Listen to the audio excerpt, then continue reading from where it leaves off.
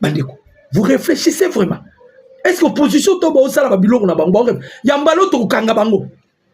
To kobanda ko kanga bango. Le mandat d'arrêt activé déjà. Boyoka ki pero luara leli na monoko mboka. Bat balobi o pero luara baluke linanga. Abaluke linanga te pero luara za informé. Auti ko sambati. Azaki na tribunal na sambaki. A gagné procès. Ayoki bato bazolo bana cessé. Nenge to sisi na pero luara sikoyo to s'attaquer na bananga. Yesu ko abimisi vérité. Boyoki aleli abinanga. Yonongo zawana o mato kita sepe Pierrot Luara toko balancer ata mwelo kwa ngwa muke boyoka Luara nenga lubaki ayebisi nanga yonongo zawana ndenge kaka umeno ochi abandi ko bimiselo ba rapport ndenge kaka Global Witness babimisi ba rapport yo za potentiel candidat potentiel ya CPI. Donc ici on a activé Marco Rubio, le patron de la diplomatie américaine, a pandi bayi opposant. Ah, nous avons Sabino opposition en débandade. Et puis Tomoni, les M23 à Soutan, la Senko, complice. Il y a Baba Viro Salami, il y a Baba Marche, il y a Sitting, bayi Senko Babimi. Chole, Abimi, Aningi Paloba. Totali tolobi okolobe la ba congolais nini. Voilà un peu makambo yo toko solo na ba congolais. To aimer émission, to commenter puis to partager ba lien. Na lobi bien na ba congolais. To aimer émission, to commenter, to partager. Bon multiplier ba j'aime pour sécuriser notre direct. Na ba commentaire soutien total et pas à président Tshisekedi. Soutien total, il y a changement, il y a constitution parce que ça c'est une bonne nouvelle. D'ailleurs, eloko liboso na obanda nango yango wana. Bande koto seka. Namoni Kabunda keko kunda militant na ye. Abimisi mbangu keko kunda, ça prouve déjà que mutu wana kufi maka mususu me bazui bakoti siye na maka na bango sitting pour jusque là to bisi Fayulu. Soko zana bakufa ki yela biso bat. Batu wana bazo mona ngate. Bazo koma ono okufi pona honneur ya mboka. Wani za okufa honneur ya mboka. Obimi na marche ya Martin Fayulu. Un Sénégalais aya pesi yo Congolais mot d'ordre. Obimi Délice Sanga, un Angolais ya San Salvador. Aya pesi yo mot d'ordre yo Congolais obimi okufi baoloba okufi donc okufi na honneur ya mboka. Wani liwa buzobasi. Eba ndeko ba Congolais. Waneza miwa ya buzoba. Okufa pour la Fayulu. Un Sénégalais. Quelqu'un qui ne sera en aucun jour Kozalata, Bourgoumestre et Amikaou. Fayulu wana. Bourgoumestre, Ata Bourgoumestre, à retirer la Kozalangote. Incapable de gérer Faden House. Yo pena Fayulu a pesi yo pe mot d'ordre au Bini. Bandeko bonne nouvelle. Assemblée nationale na Sénat. Totanga monanu. Opposition, tension, ça va. Merlin Vouvou, fou de Gadara. Tension, ça va. Mais non, quand c'est sitting, on a négocié la Tshisekedi, a changé la constitution. Ah! Attends, on a la bino makamu Marco Rubio lobby, ne bon comprendre que les Américains sont derrière ça. Makamu Rubio lobby. Vous allez comprendre que les Américains, bangone babi si Tshisekedi changer la constitution. On doit changer ça. Bande koto aimer to commenter to partager. Aïe aïe aïe aïe aïe aïe aïe aïe. Ah Milelo. Milelo ya Milelo et pas Benemi. Bah il faut comprendre que bah ça là qui va marche. Mais marche wana et beti bango papa papa. Ya ya ya ya ya. Wana zalaki dimanche. Lobby bombe kwei awa ba opposa makale kale boyoka bandeko tolobaki to changer constitution. Moi je l'avais dit ngai na lobaki to changer constitution bato zongo ba blague na ba kabila ba tension ba osimba mutema boyoka makamboleka kilobi to aimer, to commenter, to partager. Pas bien. Référendum. L'Assemblée nationale et le Sénat s'accordent. Le test sera renvoyé au président Félix pour qu'il soit promulgué. L'Assemblée nationale va adopter. Le Sénat va adopter. L'Assemblée nationale et le Sénat sont parvenus lundi à un accord sur le test final de la loi fixant les conditions d'organisation du référendum en République démocratique du Congo.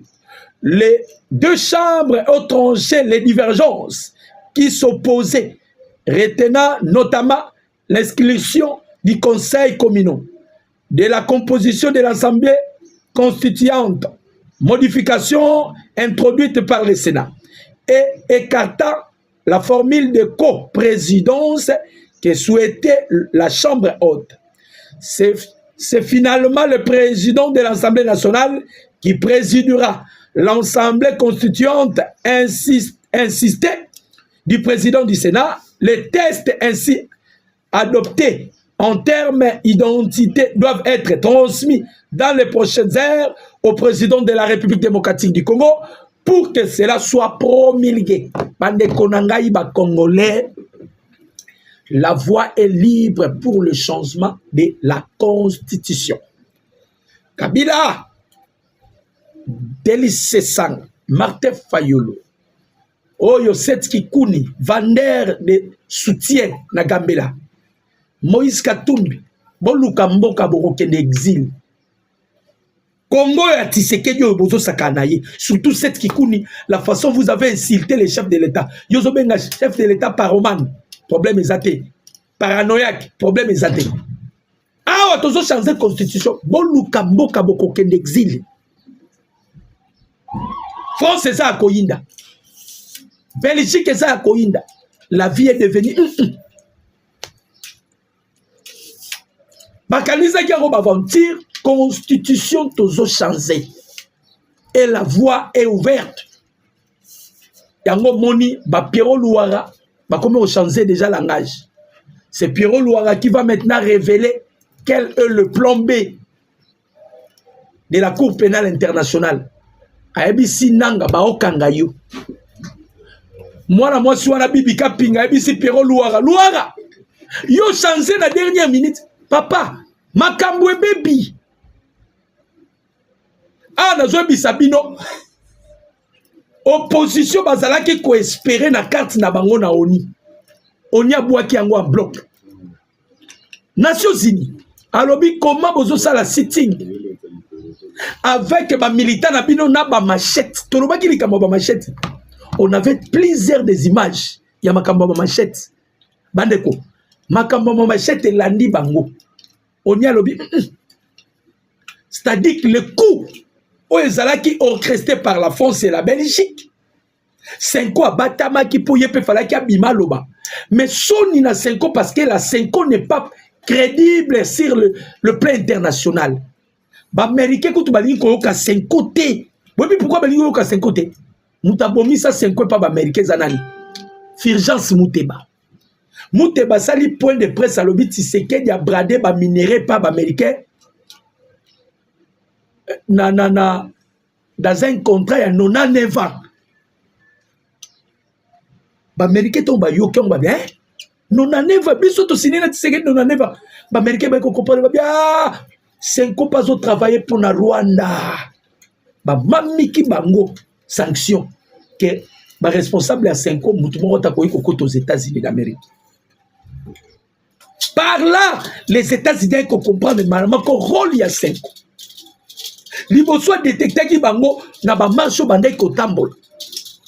Ba marche bandai kotambola lorsque les États-Unis comment qui prêt à signer deal avec la République démocratique du Congo. Ba yi 5 ans ba ke koyebisa les États-Unis. Bo signer contrat té. Bo c'est la gouvernement o ekoya simande bo signer na bango contrat. Tant que les Américains va signer contrat, ba moni 5 ans Chandé Maloba comme le bon contrat wana Tshisekedi a bradé le minerai. Boloba qui Tshisekedi avait bradé le minerai. Mais qu'est-ce qui avait fait que Nanga a comme la marque Rubio lettre pour que Rubio Andima collaborer na bango peut pas comment on peut ça va minerai. Sony Bande koba Congolais. Ah, on a Zoé Bissabino. Paul Kagame a obunda lisuna président Tshisekedi pour votre information. Bande koba Congolais. Kagame a zobunda lisusu na président Tshisekedi. Na minito na obete la bino lisolo. Kagame a komi kobunda na calendrier. Adversaire potentiel à Kagame komi calendrier. Kagame a zo sala ba incantation ndenge nini ya kolongola date ya le 15 juin. Ndenge nini bakolo, c'est-à-dire l'ennemi ou comme pena ennemi à Kagame, asilisi Kagame maël, c'est le calendrier. Kagame a komi kobundande na calendrier. Toyebisaki Kagame. Kagame, eloko elekiti kezate. Shang. Kagame. Lelo tosuki wapi. Bande koba Congolais. Tomoni 5 abîmé. Je vais quand même lire Boka Makamu 5 à lobby. Bande ko, tozo observer nyos. Tozo comprendre qui est qui. Mais pas César parce que bon matabo qui t'a tissé de changer constitution. Donc 5 ans. Bokole la monoko ya mboka. Nano bolelité. Boyoka bande ko ba Congolais. Ah on a aussi l'appel et pas bande ko nanga ya Nord Kivu, ya Sud Kivu. Bande ko nanga bisika nyoso boza. Par là vous allez comprendre ce qui va mouper oyo l'église oyo bozo kenda kokota bazala pona bino. Boyoka. La 5 ans confirme la présence des jeunes de la force du progrès. 5 ans. Lors du sitting de l'opposition du 12 juin à Kinshasa. Rapport monitoring. Une mobilisation des jeunes de la force du progrès a été constatée. Le rapport d'une réunion de ces jeunes a été organisé le 11 juin sur la 10e rue. Wana 5 ans de Baolo. Et puis 5 ans, bazoko affirmé que batu bakufaki. Bande kona zongelika ba 5 ans. Na otanga ambongo. Na zotanga chole. Na otanga Fulgence Muteba. Bozi au moins kilo akoyebisa batu ke na sitting wana batu bakufaki. Tango batu bakufa na Beni, 5 ans musana bino bo sa les années. Bobi bakambu chola loba. Na top Congo batuna chole babi pourquoi vous êtes incapable de sanctionner l'armée rwandaise. Chola loba Rwanda zo bomaye mokote ba oboma na République démocratique du Congo moyen to sanctionner bango ezati. Mais ici aussi fallait qu'il basa la clair. Baloba que non. En tout cas na sitting wana to mona ki pe moi machette na ngambo ya ba yo opposant. Oh to condamné. Mais de l'autre côté, peut-être mon qui présence à force du progrès, on peut toujours condamner. Ici, vous allez comprendre que la 5 ans, je ne parle pas de l'église catholique, la 5 ans n'est pas au milieu du village. La 5 ans soutient l'opposition. Et cela fait croire que sitting est organisé aussi par la 5 ans. Si on a des difficultés animent. Moyen ba bimezate po bayiba ki mbongo na bayiba ki basala ki détournement ambongo na chole basali détournement ya fond ya mbongo ije faza na dossier wana bayibi ke so ba continuer ba ko beta bango na dossier wana et ils seront humiliés miyibi basango bozongona bato 5 ans des voleurs na niveau vous ne pouvez pas imaginer miyibi ils ont détourné 20 millions bato yo ambongo na chole miyibi bomoni bango babimi. Si réellement vous êtes au milieu du village, pourquoi vous êtes incapable de dénoncer l'agression rwandaise? Au milieu du village, on a dit ce qu'on ne vient pas. Ici, vous avez le kilo de parler, non? Parce que vous avez vu la présence de la force du progrès, soi-disant la présence de la force du progrès. Mais tant que vous avez Congolais, donc, via ba militaire ya Martin Fayulu bia Délice Sanga et ça na valeur que via ba ndeko bazana Goma na Bukavu, c'est ce que nous on peut dire. Pourquoi vous ne pouvez pas dénoncer bato bozomo na 5 oyo bandoki minene surtout Cholet Et Bokindo Kine, Botalake Longinaye, vous allez comprendre que c'est un sorcier.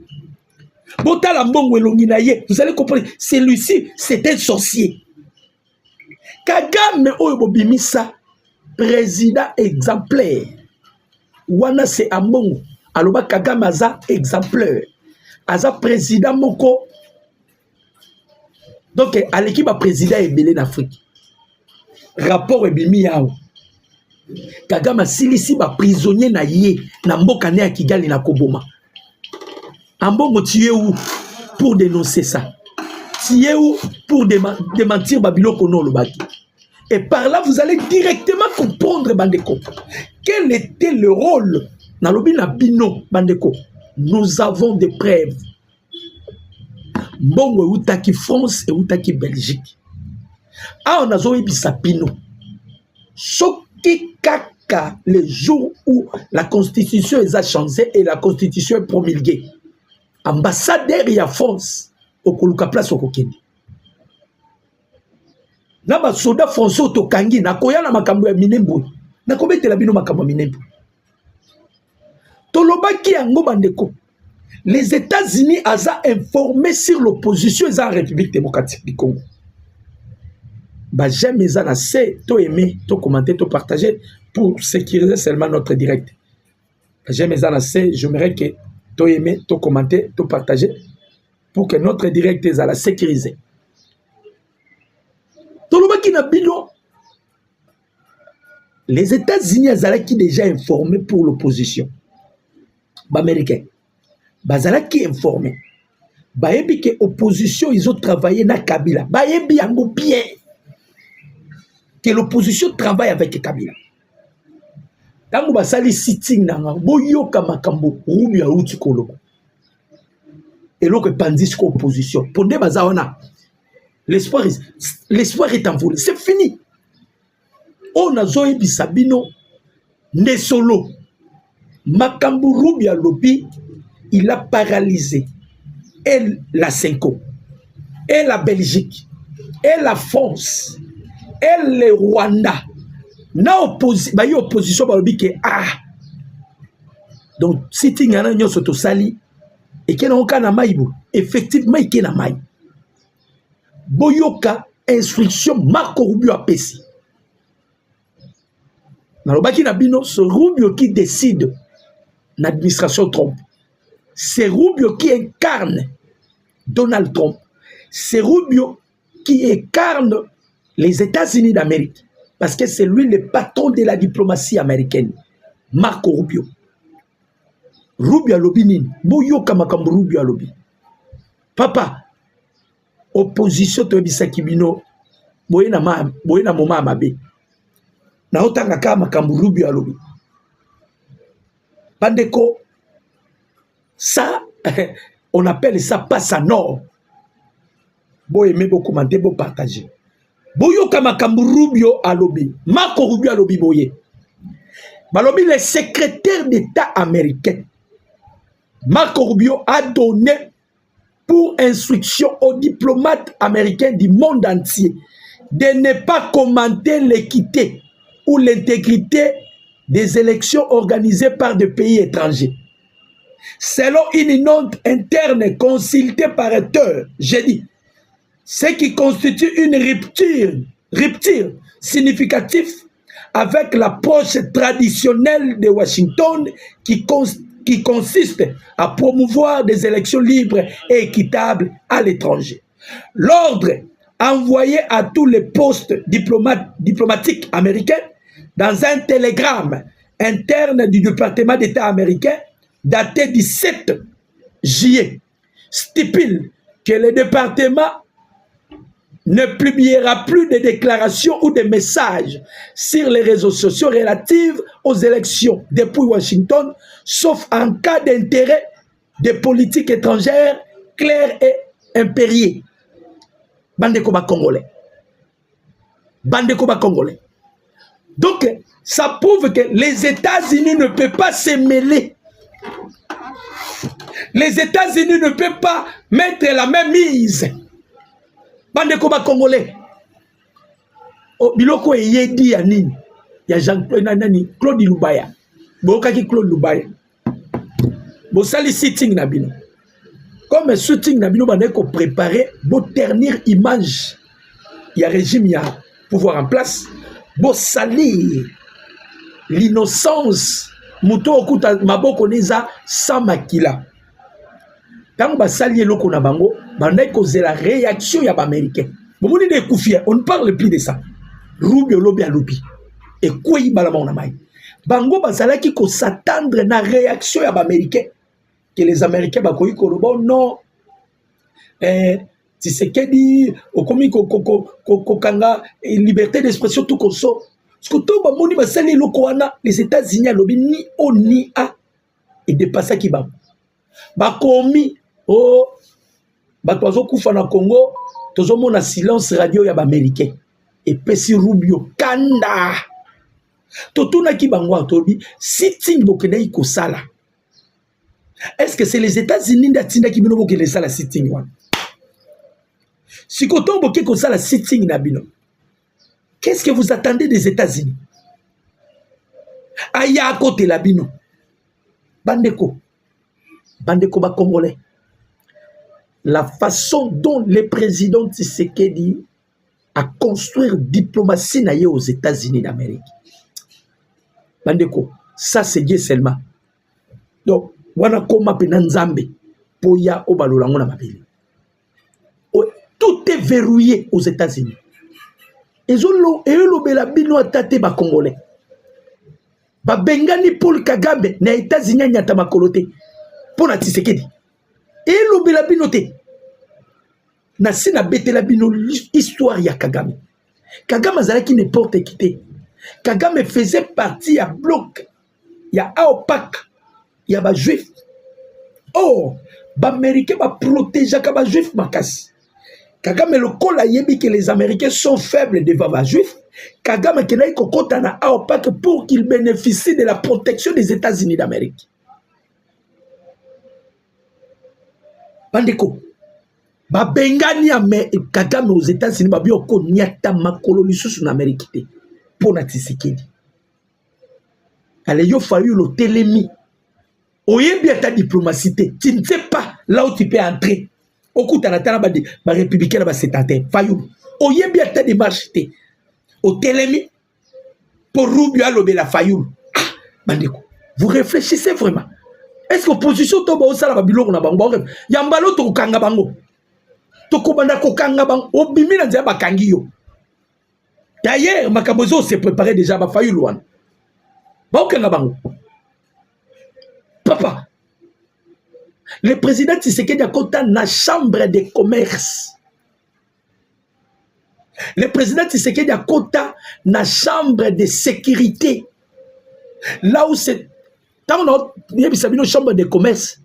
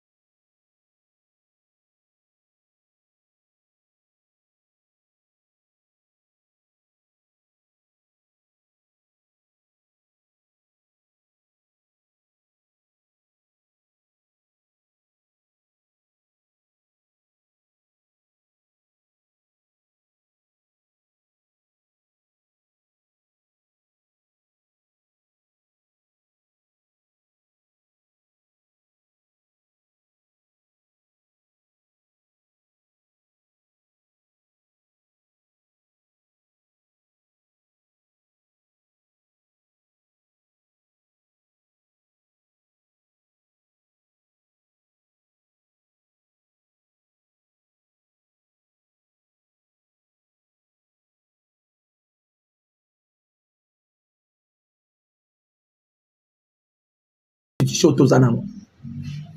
Il y a des articles, il y a eu des lois oyo Kagame ba signé na Kabila. Et ces lois la pèsent sur le plan spirituel. Je vous dis la vérité. Parce que l'article 218 pour que toutes ces choses-là tombent, il faut que la constitution soit changée. Ce qui va changer la constitution, même si Fayulu, beaucoup de gens ont dit moi, à cause du Sénégal, là, à Sénégal. Denis Sessanga, à cause de Angola, na San Salvador, beaucoup de gens ont dit Kabound, à cause de la côté Kabila, Jamar Kabound, à noter Kabila, à cause de la côté Kabila. Leur carrière politique, vous êtes là, à cause de la place acteur et film et fou de Gadara. Moutoua Bambara Yesu Libanga, c'est vous êtes là, merle vous voit. À cause de la mboka naye, à cause de la Bamba film, ma cause la dispersée. Bandeko ba Congolais. Tokangi 12 soldats français. Nalobi, Tokangi 12 soldats français. Quand vous avez bunda na Minembou.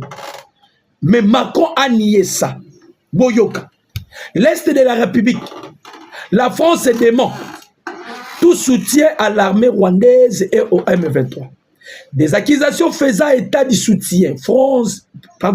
Des accusations faisant état du soutien français aux opérations militaires de l'armée rwandaise et du M23 dans l'Est de la République démocratique du Congo, notamment à Rubaya, Fizi et Mikenge, sont fausses. Paris demande tout soutien à la coalition RDF M23. Aucune force militaire française n'est déployée dans des zones ni dans l'Est de la République démocratique du Congo, a indiqué l'ambassadeur français en RDC, réaffirmant la position constante et sans ambiguïté de son pays. La France soutient la souveraineté et l'intégrité territoriale de la République démocratique du Congo, ainsi que les retraits de forces rwandaises présentes sur son territoire. Louvons-nous! Pourquoi ça libère? Naebisakibino, président Tshisekedi a suivi déjà ma mesure, a suivi ma forcé ma mesure. Je vous ai brandi une vidéo dont bana bazo yemba hymne national na biso na lingala. Awa sikoyo ambassadeur français tellement to tie bango pression. To tie bango pression. Ah, Kabound azaki pe péché. Merci Jobé. Kabound ba bien azaki pe péché. To tie ba français pression. Naba soda na bango tokangi 12 soldats tokangi. Macron wangana kilobit tokangi 12 soldats. Lokola ba oki totie bango pression to ebisi Macron. Macron biso to a guerre na yote. Ba français ba osani na Rubaya. Ambassadeur français nga démentir yang. Oh non, biso je m'excuse. Biso to soutenir intégrité territoriale de la République démocratique. Par quelle magie? Des imposteurs, des hypocrites, ma français. La France et la Belgique, vous êtes tous des hypocrites. Et Boye Barake, tu changé la constitution, le président Tshisekedi a corrompu la relation à Bino. Kalaming était aux Okene. Bon, côté lié réunion, bon, pesio, bayi opposant Mbongo. Oh non, tu as besoin de salir l'image à Tshisekedi pour que les États-Unis aient la confiance et pas Tshisekedi. Tala de gras mouté mamabé à bateau. Moutouni ne va utiliser Koko à Fayulu, Koko. Narajina au Fayulu, Moukolo à Fayulu le Rosa. Accueilli hôpital. Boyoka, Fayulu accueilli hôpital. Na autant que la binon. Bomona théâtre bateau basali bande konanga ba congolais. Hein? Moussou soazwagi masasi. Ala sa place il ça c'est ça et zomona na lisouté. Fayulu accueilli hôpital. Basali analyse na hôpital pour na Fayulu. Balobi boy, boyo kabande konanga ba Congolais. Balobi boy pour na Fayulu. Wapango. Il est là. Yeyo. Ah. Je vais lire, hein. Permettez-moi d'entendre. To aimer, to commenter, to partager. Nabino, na ola sabino. Na ola sabino te pour na makila, mais au moins je vais parler seulement comme ça. Balobi boye pour na Fayulu. Yangoyo. Balobi selon la médecine, une blessure superficielle sur la tête avec ou sans cheveux, saigne habituellement pendant quelques minutes, tout au plus quelques heures. Mais le plaie de Martin Fayoulou semble continuer à saigner pendant 3 jours. Après, comme si on a renouvelé ses plaies, c'est lundi. C'est-à-dire, on s'est analyse. Poto yozo bimaka makile, zo bima makila. Normalement, pota oza sam suki. Soke bimi makila et katanaka. Quelques heures et katanaka. Ce qu'il a fallu le zo katanaka zo bima. C'est comme si yemora kendaki. Donc, ils ont créé des aventures batoyo. Et puis, misi bango na poisse. Tala sikoyo, oni akangeli bango. Donc, des bazawana ba obe banapena kabila. Parce que kuba beti et simité. Et puis, misi bango bana mike. Et puis, misi bango na se ya makambu nyonso. E mandeko ba Congolais. Tobeta lisolo ya Minembo. Borokanga mapandi. Tokangi infiltré Rwandais moko boye. Mais à se déguiser comme Azali Boma. Naola Ksabino wana, naola Ksabino Moussousou. Batuiranero, babalouki est comme église à Batuiranero. Je vais vous montrer la vidéo. Nabani n'a infiltré au Tokangi.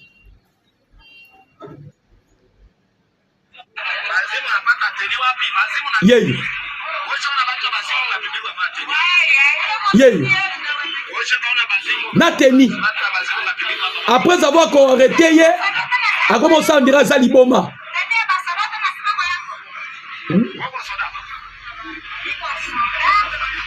Ozomon.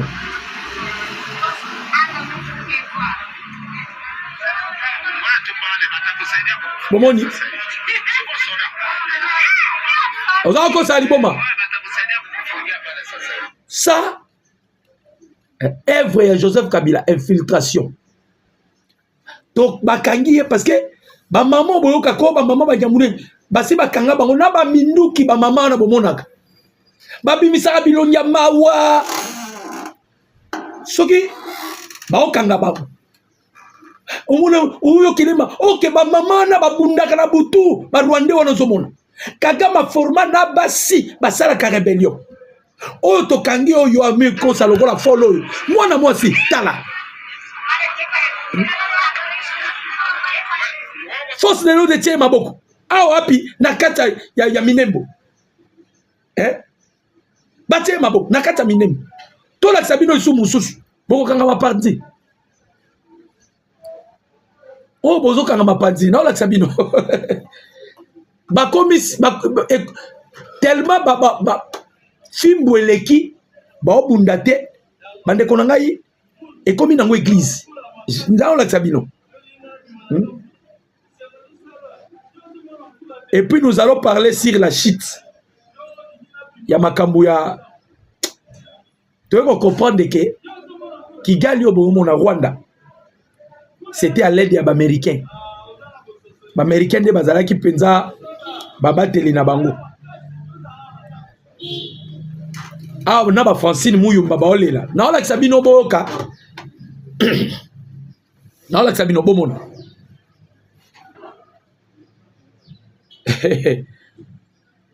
Yangoyo. Je vais vous montrer Bomona, papa. Bangoyo. Ingénieur, est-ce que dans votre façon, il y a église? Yango, na tout ingénieur pour YouTube Arabuzoba. Nata, na di me volume. Ingénieur à l'obin na ta Bomona. Bino moko botala bilongi, botala bilongi. Balobi boye.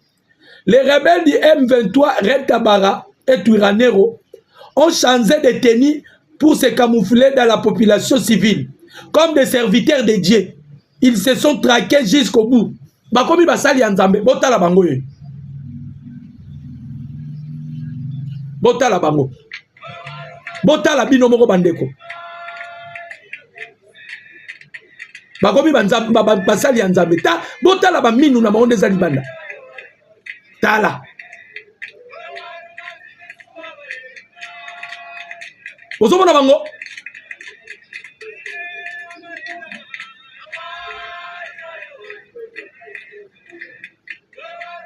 bako basali ya nzambe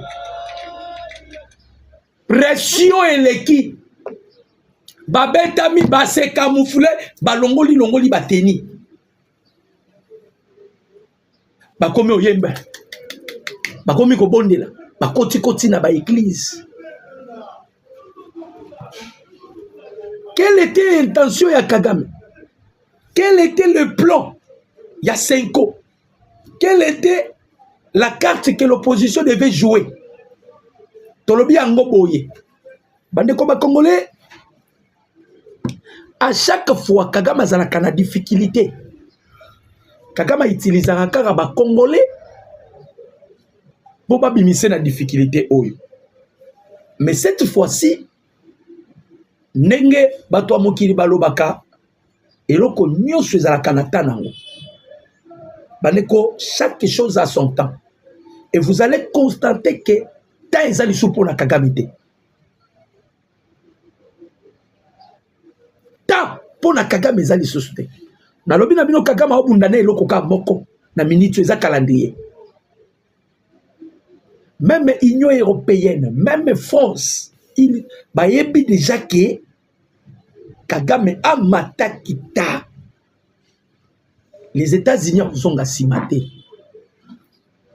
Lokola Kagame a commis a obunda na calendrier. Kagame a lukasikoyo bisika ni na koiko simba. O koiko ko pesa ye vie. Bisika ni na koiko simba. O koiko épargner ye. Mais bisika nyoso Kagame zo simba bande konanga ba Congolais. Ezaka so simbi et bébélié. Soka simbi et bébélié. Soka simbi et bébélié. Lui il pensait que nenge ba américain ba tikiye. Soka ke pas ba français ça ba américain muté ma passe. Or que président Tshisekedi a dit ba américain. On dit Kagame appelle Sarabino. Ya makila. Mais abiso ezala ya makila te. Boko ti par la grande porte. Boko soko la image na bino ba américain pas ya peuple congolais. Et les Congolais bako vénérer bino ba américain. Boko ta par la grande porte. Ba américain ba koko ta par la grande porte. Ba ebisi Kagame lambalia. Biso to esko par la grande porte poto zo penza yango na ba ligne nyonso. Sikoyo ba ndeko ba Congolais bitumba na este Kagame azoko kate. Bozo ka bango bazo bimisa ba fausse information boye. Bandeko na ngai luvunu na ko expliquer bino pena makambu ya oyo nini kweyaki o nini sikoyo kweyaki. Ba beti yango na armée rwandaise te. Ba beti yango epa ba red tabarate nini. Je vais vous expliquer avion na biso sikoyo kwey pour la nini. Asala qui détour ya bombardement. A bombarder, azo bombarder avec précision. Siko azalaka ndenge nini. Azalaka balati sakaye ba missile wana kolatis. Soka beti sili akozonga na lie wana balati sakaye ba missile, balati se sous ba missile amati beti. Asala qui déjà détour. Na détour to réussi ça qui a détruire dernière bastion. Il y a base arrière, il y a ba Rwandais. Oui, permettait qu'il s'auto fragiliser bango, ndenge ba komi basali ya nzambe boy. Ba boki minduki, ba longoli batemi, ba se dissimuler na kati ya population. Et là komi ko compliquer biso siko. Population siko faut à collaborer. Ndenge ba ninga musu ba de côté ka. So siko ba ke ba côté pa ba mama wana ba sala ka guerre wana. Monte ba robata.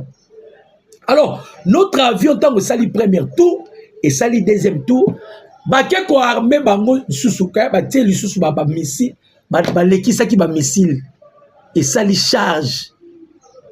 Nde sala ki ke avion ekweya. En image avion moyen to laksabino ezate nde sali ke avion ekweya. Donc ezalango armé na bango toni lukuta armé na bango. Na ba rapport mususu bazo peso ba récupérer lukuta batwana baza dispersé. C'est-à-dire que ça soit la France et que ça soit la Belgique, bazali qui compter na église catholique. Église catholique a bisa bango ke no biso soto bito banda ba manifestation à grande envergure tozalaka na ba fidèle belé. Mais église catholique pardon la Senko lelo ba ko se rendre compte que ba fidèle bazali souté.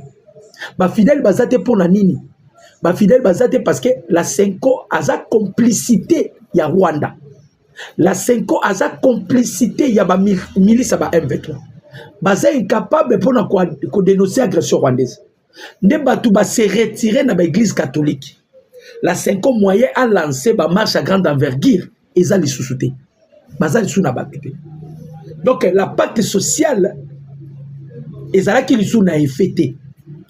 Nde omoni bazwa ki babita tozo likanisi to utiliser ta opposition. Bande konanga opposition qui a simbisi lisu Kagame touche à makasi. Babana ko espérer so basale eloko na bango oyo eko salir image les États-Unis va se retirer. Oh ba américain ba yebi déjà que opposition à République démocratique du Congo et travaille kana Kabila. Ba collaborer kana Kabila. Skuyo ba plein na bango nyoso ba salaki ezo simbate. Ba kene na oniboy, onia yebisi bango problème ezate. Soki ba menacaki bino na la police botala no ba image ba leli munoko mboka bandeko bale on azo ebisa bino ba leli munoko mboka donc muto ko protéger Kagame na minute oyo azali sous-souté Kagame espérait opposition ko sala quelque chose ou bien Joseph Kabila ko sala quelque Kabila zo tambola nano pour corrompre ba sénateur ba luka ndenge ni ba ko longola sanction contre ba zo lia ye kaka mbongo ba zo lia ye mbongo to ebisaka Kabila oyaka na ba bot okosuka ka kozonga na ba bot mbongo ezo kende par-ci par-là résultat favorable ezati pona nini président Tshisekedi a sali diplomatie à haut niveau boyebi ke mukonza mboka Félix Antoine Tshisekedi Tshilombo a déplacé Paul White. Paul White, c'est un conseiller spirituel de la foi à Donald Trump. Moi, si on a tambola na 3 pays, aya awa na aya kakuto te abandana Gabon. Gabon, c'est là où se trouve la base arrière, il y a Africom, agence, il y a coup d'état en Afrique.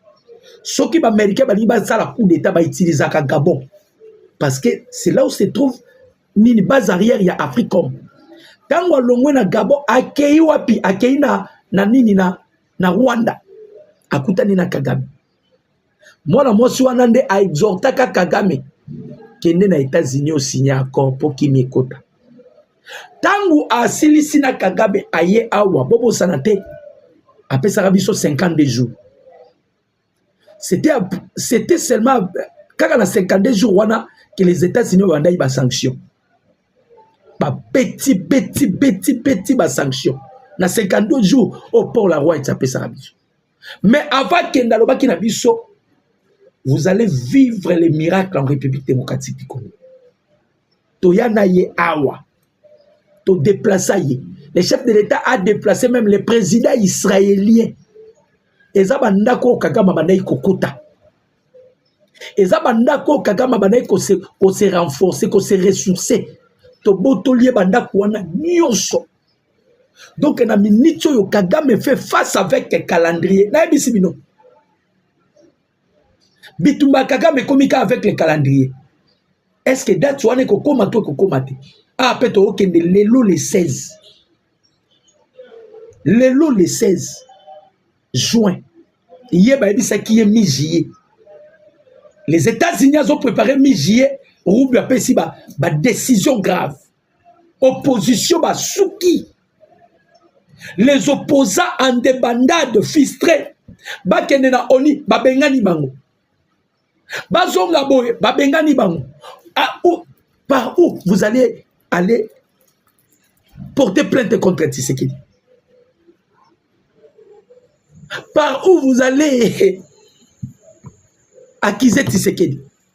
Surtout que ba image nyonso tozwaki ba image musweza ba drone pour votre information ba image mususu ya sitting na bango gouvernement maïtsaï ba drone. On a capté ma image tala Tshisekedi un politicien. Bande konangai opposition ba sali marche sitting ba tenir compte que ton gouvernement comment ça va drone. C'est le président Tshisekedi qui a donné l'ordre. Alors lui ba drone faut matin. Ba drone mati et que na siège a décidé.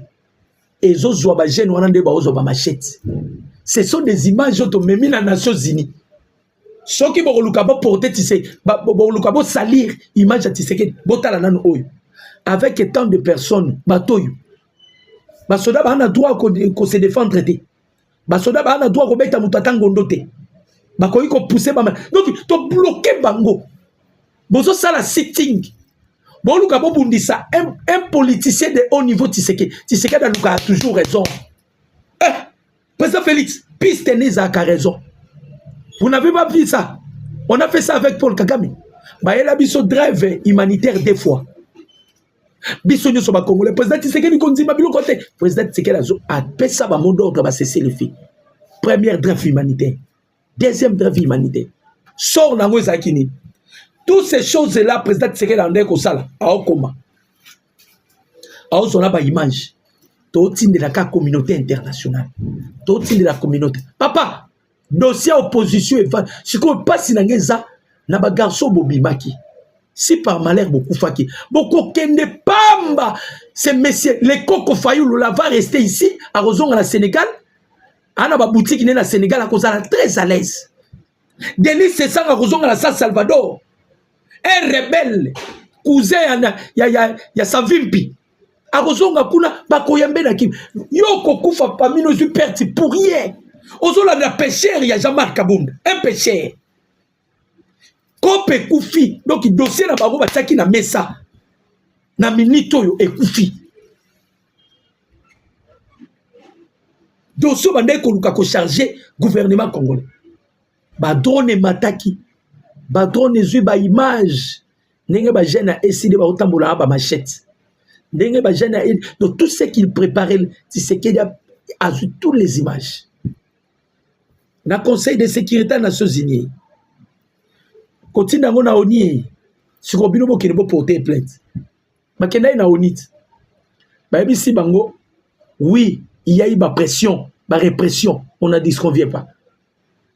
Il y a eu des répressions, on a dit ce qu'on vient pas. Mais est-ce que vous avez vu ces images ici? Balaxi ba image. Nie. Ce ko yombo moni 5 quoi bimaki. Paul Lukayan soka ko pouyer mais Bamindele si ba ebi que 5 ans travaillera pour la Rwanda, à travaillera pour la Belge, à travaillera pour la français. Donc les États-Unis ba ebi que 5 ans ils sont crédibles été. Ndeto zo senga na bande konyo soit catholique. Est-ce que bon bokoi ko comment lettre té potina na Vatican ba expulser ambongo muteba na chole. Bazo ba qui église catholique Sony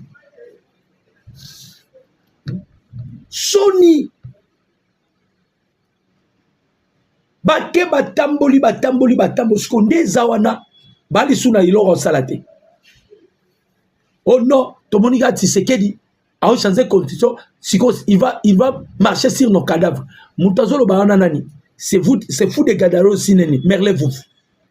Oh Tshisekedi a otambo akali kwa ba cadavre na biso. Bandeko, makamunyo soye salamana Assemblée nationale. Selon la loi constitutionnelle, eza en bonne uniforme, eza tana eloko ba violeté. Yango moni ba américain ba otala ngona kimia. Ba otala ngona kimia. Donc inde tozo ebisa bino ba congolais na minito yo.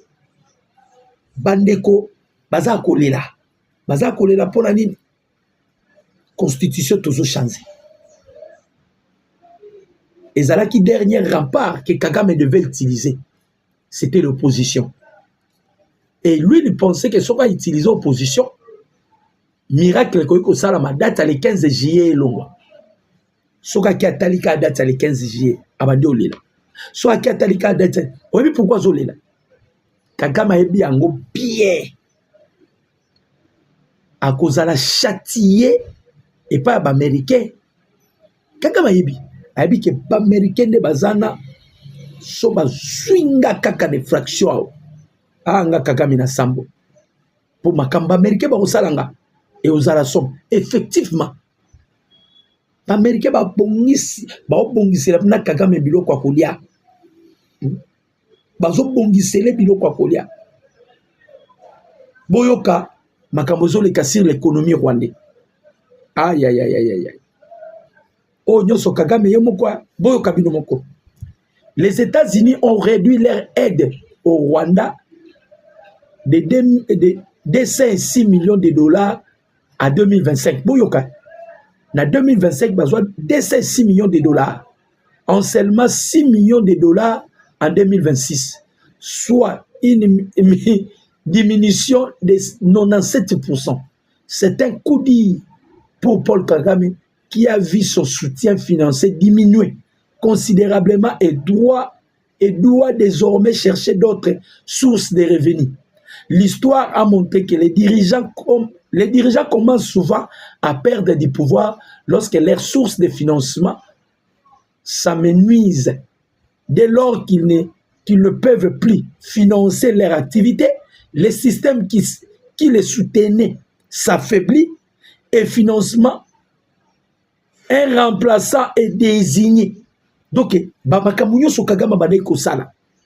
Américain Batali va bien. Ah, tu comprends que y a un bilot sous EP s'appelle Kagame, et Zoko entêté Kagame. Entre autres Nini. Batali Pets. Ah, bilot sous EP zo entêté Kagame. Ezali Nini. Bambongo to pesaye. Bon, to banda ko réduire dans le bambongo.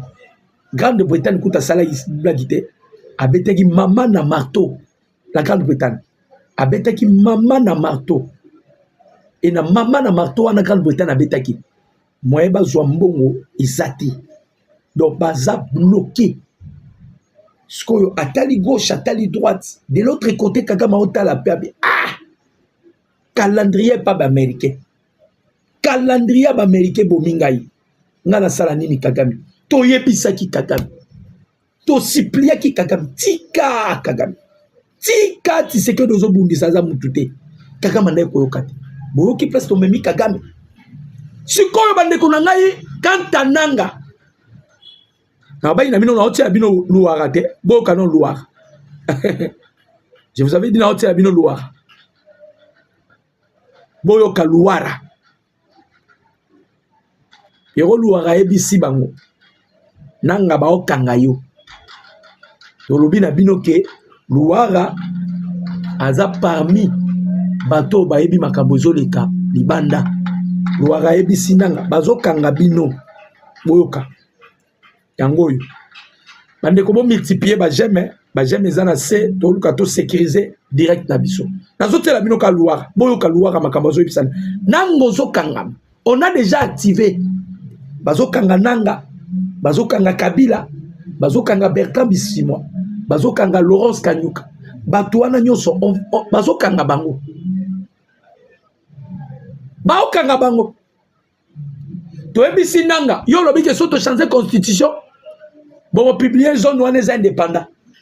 Bozela makamba américain ba osalabi, boyoka. Vers la Cour pénale internationale. Nous sommes aujourd'hui le 14 juin. Couper cet extrait, les paroles ne s'envolent plus. Ces gens commencent toujours comme ça. Maintenant qu'ils multiplient les rapports, on parle de fausses communes. Les rapports disent oh, satellite, monaki, bakor, bazokokunda. Oh, tout ça. Ça finit toujours par un mandat d'arrêt international émis par la Cour pénale internationale. Monsieur Corneille Nanga, Kanga Mokaba. Ne soyez pas étonnés que demain, que dans les jours qui arrivent, qu'il y ait un mandat d'arrêt, qu'il y ait un dossier ouvert à la Cour pénale internationale contre la FC23 et Sénégal. En tout cas, on a une image. Si vous avez besoin d'image, on a une image. On a bateau, tu as une bitumba. Tu as une bitumba. Quand tu as une image, quand tu as une vidéo, tu as une vidéo. Pierrot Louara, tu as une YouTube. Parce que la vidéo nae yango na tie mupanzi boyoka makamazolo bapona nanga ayebisi nanga bazokanga yo yazolo ba. Nous sommes aujourd'hui le 14 juin. couper cet extrait, les paroles ne s'envolent plus. Ces gens commencent toujours comme ça. Maintenant qu'ils multiplient les rapports, on parle de fausses communes. Les rapports disent aux satellites, on a dit d'accord, ça finit toujours par un mandat d'arrêt international. Émis par la Cour pénale internationale. Monsieur Corneille Nangaa, Ganga Mokaba. Ne soyez pas étonnés que demain, que dans les jours qui arrivent, il y ait un mandat d'arrêt, il y ait un dossier ouvert à la Cour pénale internationale. Yayo, bazo kanga bango. Papa, tomemaki bango na politique ya likolo. Tomemaki bango na politique ya likolo. Nalobaki na bino awa bandeko ba congolais. Donald Trump, président Donald Trump, monani na président. Et salama les cas total babanine officialité. Et salama ya koboma basalaki révisitation ya accord ya Washington. Accord à Washington.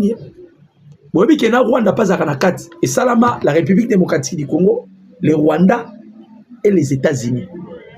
Mais quand le Rwanda est allé continent na Uvira, Rwanda pas ça non. Président Tshisekedi déjà Donald Trump n'a démontré que Kagame ne veut pas respecter. Tant que kotika na Uvira, bango ba eko sala ba kutani na Donald Trump. Bazui décision boye États-Unis na yebisa kibino bokanga makamuna zo yebisa bino. Lobby bokobenga ngai prophète politique. Ba pesi président Tshisekedi carte blanche. Elingi olobani ni carte blanche. Na okota en profondeur. D'abord, la carte blanche ils ont représenté innocence, c'est-à-dire ba pesio aval beta mutarolo basate salabo, c'est la carte blanche. Ba sololi président Tshisekedi alobi il faut que na établir l'autorité de l'État. Ba entité nyonso je dois récupérer ça. Ba américain ba tuni Tshisekedi to pesa yo ba soda président Tshisekedi alobi te. O na oyebisa bino boyoka. Alobi na ana ba soda na ngai. Ba américain ba lobi ozana besoin nini? Bo équipenga na ba armes, na ba avion, tout consort. Les Américains ba pesi. Bozoka ba Laurence Kanyuka. Vous ne comprenez pas bandeko. Combien de fois oyo nani Moïse Nyariga boleli. Ba Américain ba kangi matoi. Combien de fois Laurence Kanyuka leli. Ba comité na niveau olobake tozomo na complicité ba américain. Ba lobi bozoka te ba olobango. On voit la complicité des États-Unis d'Amérique. Je vous ai expliqué un jour. Boyabaka pourquoi Charles Onana, un écrivain camerounais, a commis un ouvrage sur l'Holocauste au Congo et l'omerta de la communauté internationale. Boyabaka pourquoi Komango. Alobi bazoboma ba Congolais, mais il y a la loi du silence. C'est ça l'omerta de la communauté internationale. Maintenant, comme l'histoire ne fait que se répéter et changer que Nangambu Nabango, président Tshisekedi a la carte blanche donnée par les États-Unis. Akoyi ko bombarder Rwanda na minito, bakoloba ni o ni a. Balobi pour établir l'autorité de l'État. Tshisekedi on a besoin nini? Tshisekedi on a besoin, on a besoin, on a besoin. To pesio kende sala. Même le changement de la constitution, Fayoulou, ozole qui s'attend pamba. Les Américains, ils ont dit à Tshisekedi, change la constitution. Ozole qui s'attend à pamba Fayoulou. Bandeko bozolanda Fayoulou, bozala kati ya koreve. Bozolanda kabundu bwana kati ya koreve. Botika batuana ba koko, basi ba fané na politique, ba yebi politique te, ils sont devenus banani. Terminé na ko utiliser. Bampaka, mais qui ne maîtrise pas la politique. La géopolitique, c'est Tshisekedi qui maîtrise ça. Voilà pourquoi c'est Pancha qui est pas américain. Aujourd'hui, les États-Unis, bakomika so ba lobby. Opposition ba sali ba bêtise na bango objectif ezala ki ba ternir image ya régime ya Tshisekedi. Ba mekabo erubi apesi réponse. Nasir lobby basala ki ba pulu pulu ba diarrhée ya pulu pulu. Wala Fayulu abi na donc ba scénario nyoso na sali na mibwakeli ba makila. Nazui ba ketchup na mibwaki na nzoto. Do ekena ngoka kanve. Fayulu ebi politique te. Ba Merlin vous voyez ça na la chaîne né ya ngwana politique. Vous blaguez avec la politique. La politique c'est autre chose. Yo vous typez côté ma devant Rubio Loba. Ou bien Pengeo yo bandeko ya Brazzaville ba humilier yo ba longoli yo bilamba. Toi tu peux tenir devant Baba Bezos Boyo Loba et pas Rubio Loba. Quand tu vois Tshisekedi bazo télémisé pas il y a Donald Trump. Alinga ba na discours azotuna. Tshisekedi zawa, Tshisekedi zawa. Yewana, Telema, brave homme. Cet homme ici, c'est un brave. Il se bat pour son peuple. Vous blaguez. Vous avez lu qu'on a bilo comme Mickey. Dans la Kabila komiko Kima. Rwanda. Kabila Zobatama, mandat d'arrêt. Tant que moni Madame Bensouda, Fatou Bensouda, a BBC la vérité pour la Kabila. Mais ça prouve que Kabila za pourquoi ya minito ya ces pays. Bandeko, si c'est que ya sali politique ya haut niveau. Poko mana dimension wana. Ndeko ngai na ebité ba sacrifice ni onko iko sala. Bwana loko te boko iko la qui sait pas ba mindele ba croire bino. La communauté internationale croit à Tshisekedi, surtout les États-Unis. Surtout les États-Unis. On appelle ça partenariat privilégié. Fayulu, un mot privilégié. On a fait les deals avec les États-Unis. On appelle ça partenariat privilégié. C'est-à-dire, on privilège surtout la République démocratique du Congo. Quand on privilège la République démocratique du Congo, qui est à la tête de la République démocratique du Congo? Tshisekedi. Donc, Tshisekedi est le privilégié des Américains. Ok, funda ye wapi. Botika kobomisa bana batu. Kabund, zonge la pêche. Jamais Kabund nabi na zonge la pêche. Tu fais un pêcheur, pêche paye en ambongo. Fayulu, zonge la Faden House. Merlin Vuvu, kende ko zonge la film. Basalata film a yesu doublé. Deuxième épisode a film a yesu. Délice Sanga, zonge la trafic à ba arme et pas ya na San Salvador. Bon luka misala ko sala. Lokola ba obundisa Tshisekedi. Bokozalata ba chef du quartier te ya ba mikaou ya ba patron opposition ya pété ba bengani bino na oni la honte. Fayulu ko zonga na Sénégal ozongeli ko teka bati bati wana pe futa kati ou bien salita boutique okomo teka ba jean Fayulu ça paye aussi na place où nyoko là bande ko la biso ba jeunes congolais. Malgré leur inconscience, mais sont des Congolais. Moi, je vais défendre les Congolais. Malgré inconscience, parce que c'est inconscient. Moutou Nyosola na Fayulu, tu es un inconscient. Donc, Oza, tu ne maîtrises pas la géopolitique. Moutou Azana Misu, Ogola na Fayulu, na minito yo, Soza na Misu, c'est Tshisekedi que tu dois suivre. Tant au monde la caméra, bango nyoso ba komi qu'il faut changer constitution pour ni. Ba caméra bana ba Misu ba moni déjà que c'est un privilégié américain.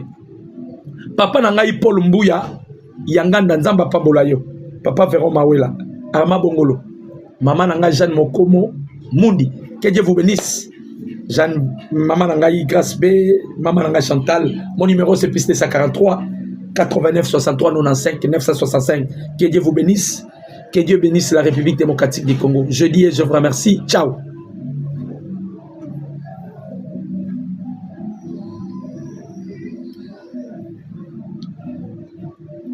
Cher,